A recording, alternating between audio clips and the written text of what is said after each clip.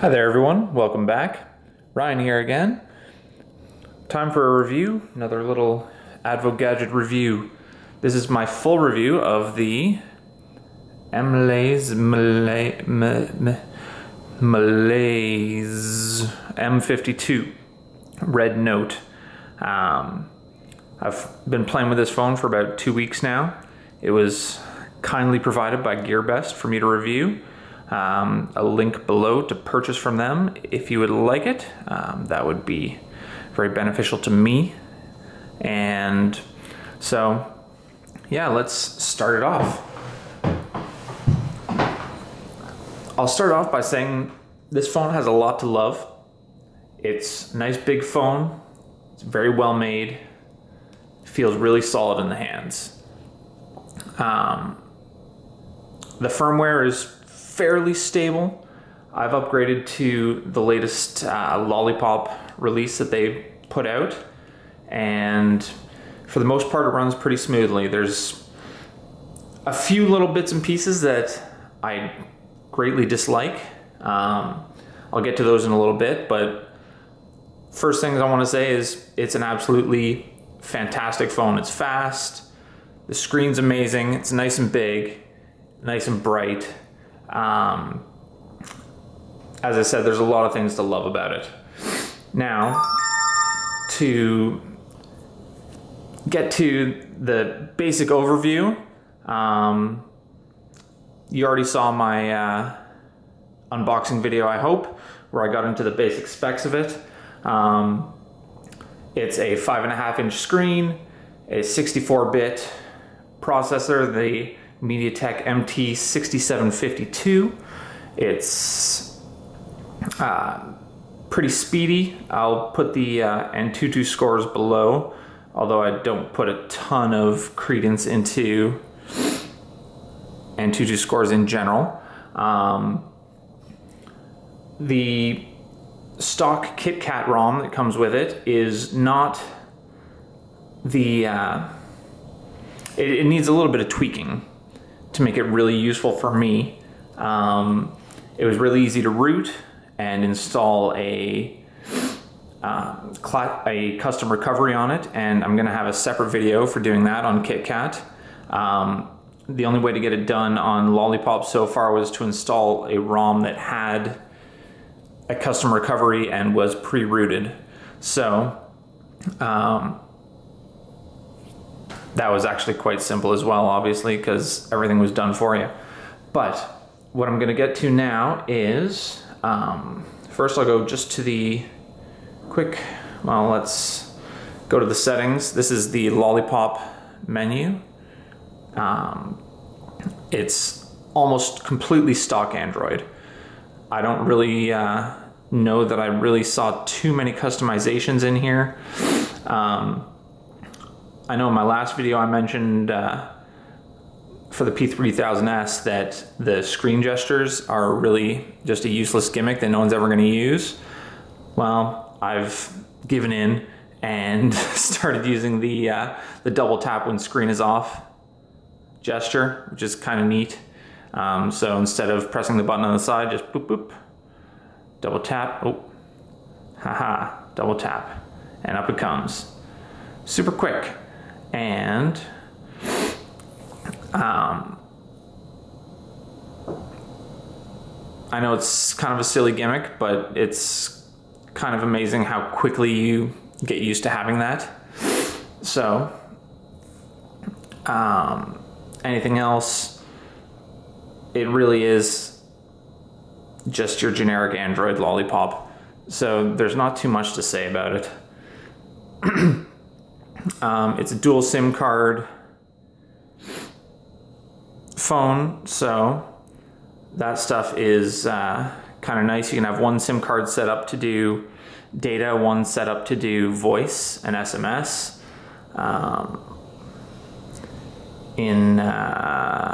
Here's just the mobile networks. It's all just your standard stuff. Oop. Tethering and portable hotspots. It's got your standard Wi-Fi hotspot. If you plug it into the computer, USB tethering. It can do Bluetooth tethering. Comes in handy in a pinch if your internet goes out at home and you need to connect to your phone, but not something you really want to do a ton of unless you have a good network connection on, or a good plan for your data setup. Display settings, it's got adaptive brightness, and this is one of the things that is kind of an annoyance with this phone. So you can turn on adaptive brightness, which is great. It determines the brightness of your room, and it tells you, and it sets the brightness automatically. Unfortunately, there's a little bit of bugginess. I don't know if it's in the screen specifically or just something in the firmware, but this has been reported by quite a few people. When the screen sort of dims and starts to turn off, I'll see if we can just give it a second here to start to do it. What happens is occasionally you get a crazy flicker, and I don't know if that's specific to adaptive brightness or not. I always have it turned on because in general I like to have the maximum brightness available when I need it, but it can be a little bit slow when you're in bright light. Oh, so now I don't know if you can see that or not, but flicker, flicker, flicker, flicker, flicker, flicker, flicker. It's not a huge deal for me because obviously it only matters when the screen is just about to turn off anyways. Ooh. But if you turn the brightness down yourself, you can see just a little bit of flicker there. And you can actually turn it all the way off, which makes no sense. So it's not something that you really want to be dealing with too much. Luckily, at normal brightness levels, about 70%, where it's solid for a reasonably well-lit room, looks great. When you're out in the bright sunlight, you really want to crank it all the way up, and even then, it's not really bright enough for me a lot of the time. But you're going with a $150 US phone here, so you expect a few little bits and pieces where it's not going to be 100% what you want. On the KitKat ROM that this ships with, you only get 2 GB of app storage space. And it seems like a lot of space, but it really isn't quite enough, at least not for me. I have, I don't have a ton of apps installed, but I have a fair few, and I do a little bit of casual gaming, and that can fill up the space fairly quickly, especially if you play games like Family Guy or The Simpsons Tapped Out, especially Tapped Out, which takes up over a gig on its own. And if you want to install things like the exposed framework to sort of customize the look and feel of the phone a little bit more, which is great with this stock ROM because it just works. Exposed framework takes up a ton of space as well. So that's something you really have to keep in mind. Luckily, in the lollipop version of the official firmware, MLais, however you pronounce their name, has updated it to 5 gigs of internal storage space, which is fantastic. And it still leaves you plenty of space for photos and videos and what have you, but it also allows you to download a whole whack of apps, which is great.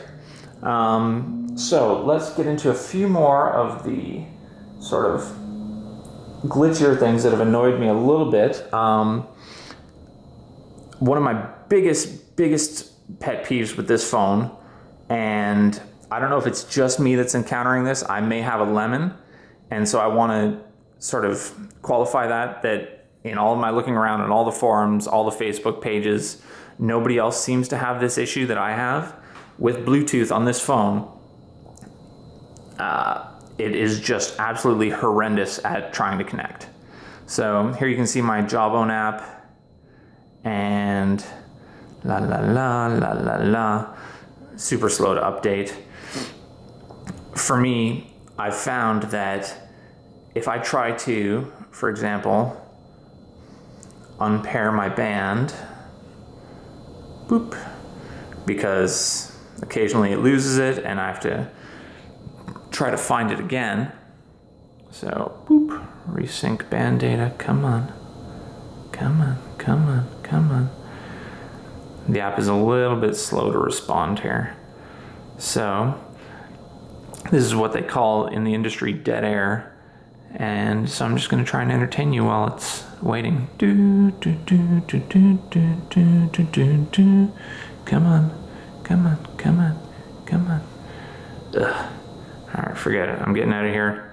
Add a new band, which will just remove my old band. So, going into sync, up, press a button on my jawbone, beep, beep. I've got lights, that means it's ready to pair.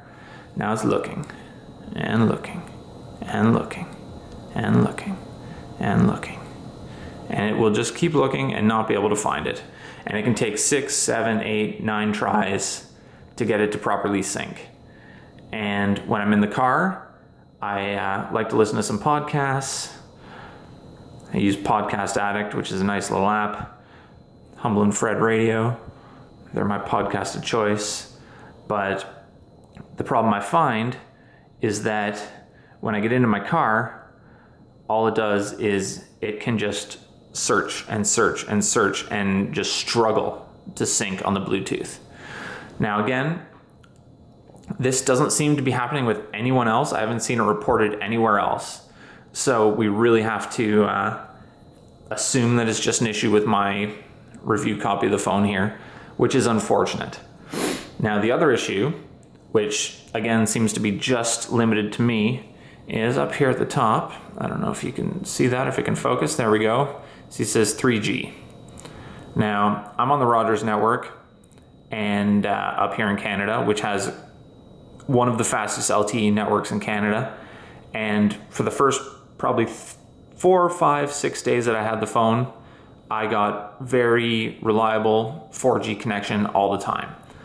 And then when I started messing around with trying to upgrade to lollipop, all of a sudden I was getting nothing but 3G connections or very spotty LTE connections. Now this is an issue because, well, I like to download stuff pretty fast.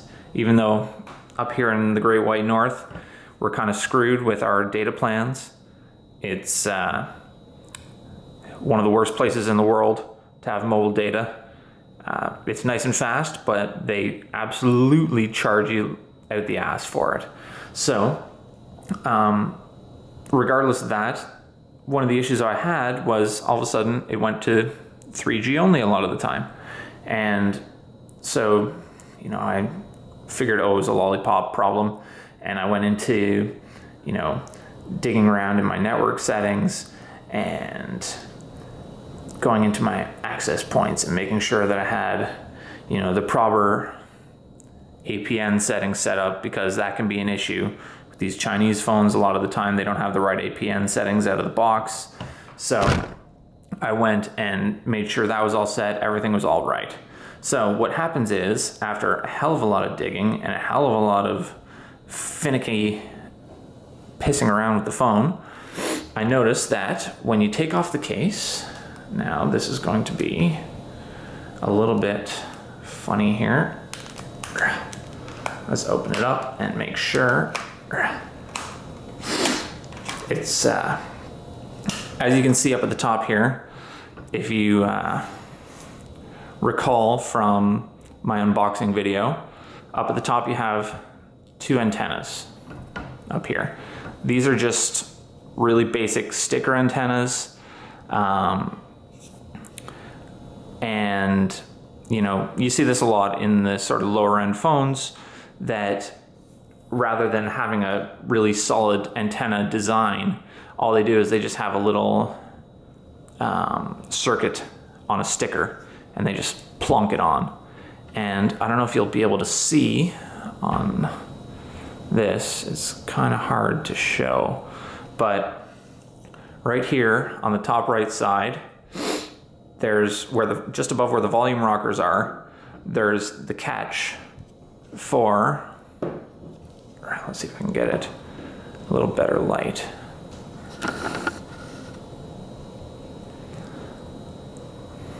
The catch for the case, the battery cover, is right there. There's a little hole.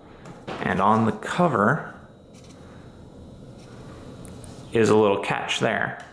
And when I was upgrading to Lollipop, that meant a lot of battery in, battery out, battery in, battery out, because that's how upgrading these MediaTek phones work. And the sticker antenna that's right below the catch separated out from the body a little bit. And what happened was constant on and off, on and off, on and off of the battery cover, you know, probably 20, 30 times in the space of a couple days. It managed to pull and tear that sticker antenna. So it's really come loose, and it's really torn, just a tiny little tear, but that's enough to mess with the signal so that I don't really get a very reliable 4G signal anymore. I can sort of try and stick it down, but it pulls away from the body pretty easily now. So that's a bit of a frustration point for me, and I've contacted MLais about it, their technical support. Haven't gotten any response yet, but if I do get any response from them, I'll make sure to update it appropriately. So, what else will I get into here? Up at the top, you've got your USB connector and your headphone jack. Headphone jack, I haven't had any problems with at all. The USB connector I've found, because it's, again, take the case back off here. It is underneath the battery cover, and you can see, there it is.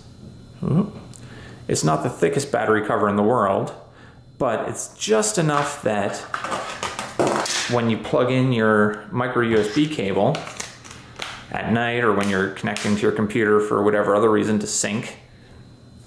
Let's zoom out a little bit here so we can have a bit more frame. It just isn't a really solid connection. And so plugs in, and it's not too bad, but it just pops out ridiculously easy. It's so easy to pull out, and the number of times where I've had it connected and then just jostled the phone a little bit and it just sort of half came out and I didn't notice and thought it was charging, it's a little bit of an annoyance, but as long as you're diligent about it and sort of pay attention, you'll get used to it eventually, and you'll sort of figure out not to bother with that anymore. Let's see, what else? Comes with a pretty basic ROM here. Like a lot of these Android, Chinese Android phones, it's almost completely stock Android, which is fine. It runs smooth, it's nice. The lock screen isn't customizable at all. You can set up your different pattern locks or your pin lock or whatever like that, but you can't change, for example, the SMS notification app. So for me, I ended up just sticking with the default one because it was nice enough. It did what I wanted to, but if you want to use, for example, Google Hangouts, well, it doesn't show notifications on the lock screen. It still shows you the standard SMS app, even if you've set Hangouts as your default. So what happens is you go to your lock screen, you've got an SMS message, you go to swipe down to it, and it brings you back to the SMS app that says, hey, you don't have any, or your default app is Hangouts, not SMS messaging. Now, I'm not 100% sure about Lollipop, and I think they might have tweaked this a little bit so that it just shows all notifications regardless. But that was definitely one of the huge pet peeves in KitKat. And for a lot of people, they're just not comfortable going from KitKat to Lollipop yet, because Lollipop has only been out for the better part of 2 weeks max. And so there's still just a few little kinks that need to be worked out. Some other issues that I've had with it, the keyboard or the screen itself, it's responsive if you don't mind using a swipe keyboard, which I do, so that's fine. But if you, let's go into,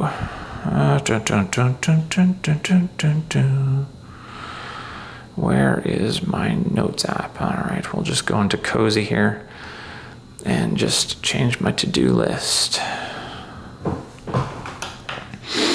So here's some things on my to-do list, which are all done, so I get to clean them off. Hooray for me.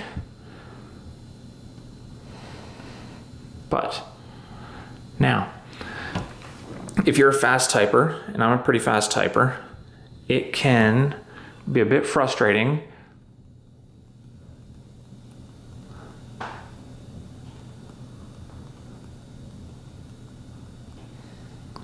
now. What I typed there is, this is me trying to type very quickly. It didn't do a great job of catching that there, because what happens is if you press too quickly between two key presses, what happens is it detects it, instead of being two separate key presses, what happens is it sees it as a swipe instead and treats it as a swipe. So in a lot of apps, that's particularly frustrating. But that's fine. As I said, it's easily something to work around for me, because then you just use swipe instead, and then very quickly.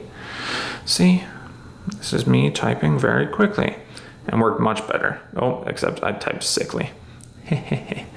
You try typing when you're reaching your arms around a camera. Let's see, what else? I think that's pretty much it for the issues that I've had with it. For the most part, it's been a great phone. No complaints at all. If you look at, some of the games, I do a lot of casual gaming. I don't do a ton of hardcore gaming, so your mileage may vary a little bit compared to mine. But as this comes up, here it's loading, logging me in. Oh, see, the problem is I'm currently installing a game because I want to show a non-casual game. So here it is. Asphalt 8 is a pretty common one, used a lot in reviews. Give you a little feel for how fast things are. So let's load it up. I am ancient. Accept those terms of use.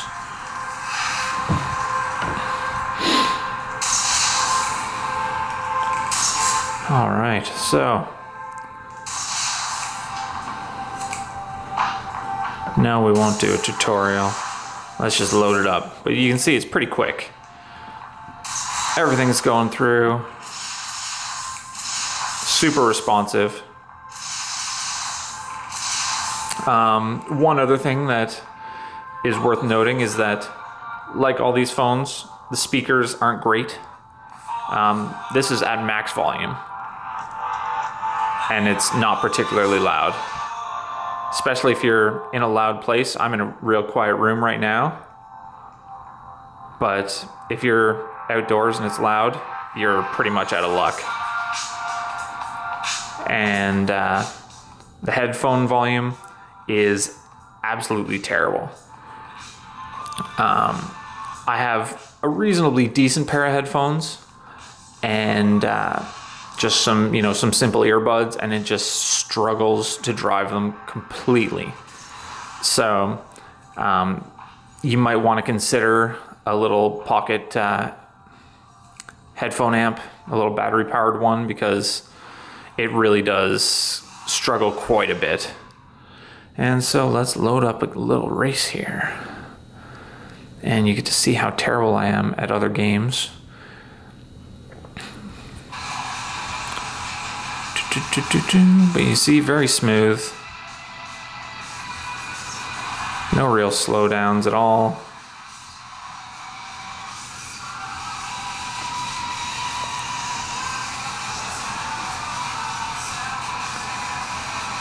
Very smooth, looks really nice. Whoop.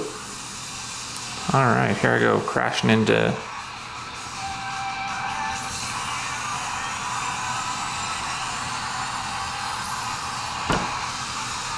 I have no idea what I'm doing in this game, but it looks beautiful.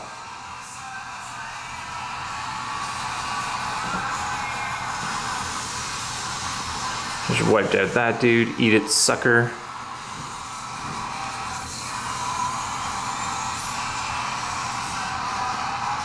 So, there you go. You can see, looks beautiful, behaves really well. No complaints at all performance-wise. This is super smooth. Yeah, that's about pretty much everything that I can think of to review the phone, except for one last thing. If you look at my...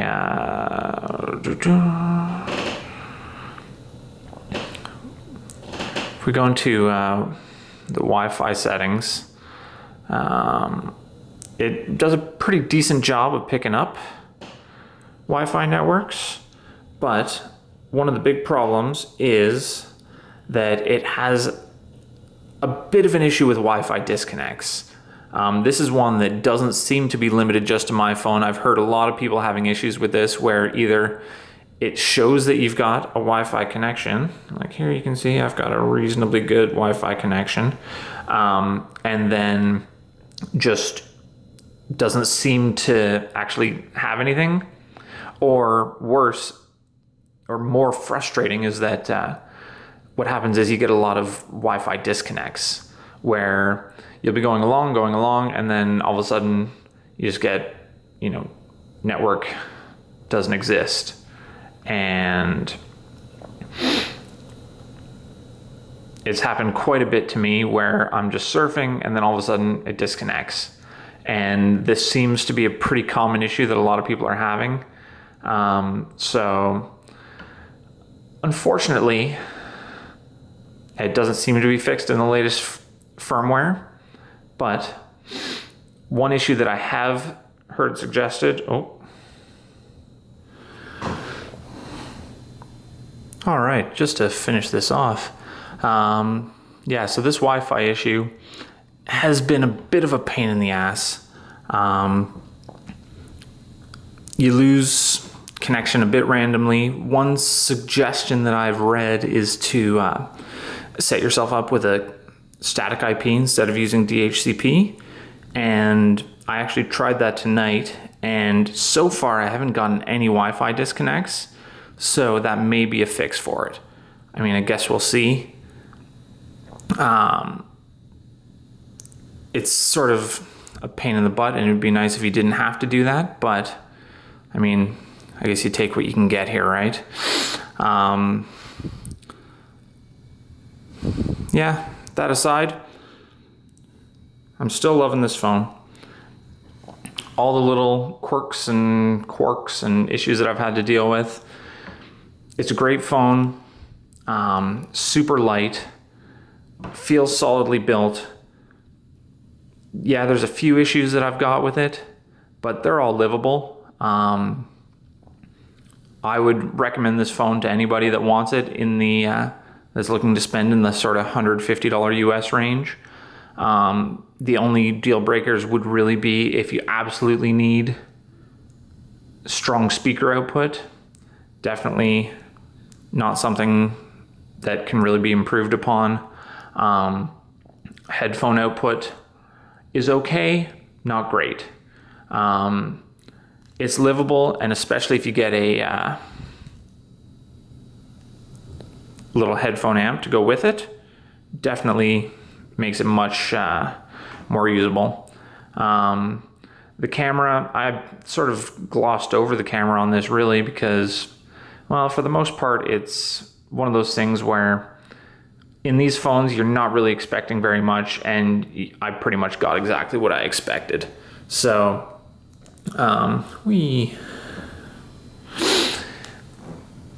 really, you're not buying these phones for the camera. If it was exceptional, I would note that, but it's really not. It's just your basic, OmniVision camera sensor, which does okay in regular light. Indoors is pretty useless, really. Well, not useless, but it's no OnePlus One, it's no Galaxy S6, it's no iPhone, so take with that what you will. If a high-end camera is absolutely important to you, really you're not looking for a phone in this range. Price-wise, you're looking for something much more expensive. You're looking for one of the big top-end cameras or top-end phones, because it's just not available in the sub $200 price range. It really isn't. There's reports of new phones coming out with some of the better Sony sensors in them, and that includes the Elephone P7000, which is coming out shortly, and I'm hoping to have a review copy of that once it's available. And I've also got a Lenovo Note K3 on the way in, which I hope to have a review for next week. So we'll see if the camera on that one's any better. But yeah, if you're wondering why I didn't really mention the camera too much, it's because it's nothing to write home about. But for everything else, it's a great little phone. The pictures are perfectly sufficient for sharing on Facebook or whatever, but you're not going to be making any prints out of these things. And everything else, perfectly fine. And I guess that's about it for this review. So thanks for tuning in. I will be posting a video probably sometime tomorrow on how to deal with routing and getting a custom recovery and changing your default partition sizes tomorrow. We'll see how my schedule goes, but for the most part, I'm hoping to have that ready for you. It's fairly straightforward as long as you're even halfway confident at typing out Linux commands, or at least following instructions. So thanks for tuning in, and we'll see you again soon, I hope. And there's just a few other things that I forgot. So this is a little last minute video taken at the end here. I forgot to mention battery life. Battery life is actually not too bad. It's not perfect on this device. I'm a fairly casual user. I'll use maybe an hour and a half to 2 hours of screen time in a day, and it totally survives completely fine for me. By the end of a work day where I've maybe got an hour of screen time in, I'll still have 50% of the battery life free at the end of the day. So I'm pretty happy with that overall. And one last thing I forgot to mention was hardware-wise, I don't know if you can really see it here, but the LEDs they've used down at the bottom here are sort of a really bright pink, and they actually didn't use any kind of, oh yeah, you can see it much better there. They didn't use any kind of diffuser behind these buttons, so you can actually see the individual LEDs behind each capacitive button here. So that was a little touch that I thought was just a little bit weird. But that doesn't take away from the phone greatly. And yeah, so overall that's my last parting thoughts of things that I'd forgotten. I didn't show my Antutu scores that I got. This is with the Russian pre-rooted version of the lollipop ROM for this. You can see, 47,000 scored higher than the average OnePlus One. Oh. But you really also have to take that with a huge grain of salt, because these MediaTek processors are known for being a little bit maybe cheaty on the Antutu benchmark. So here you can see, there it is.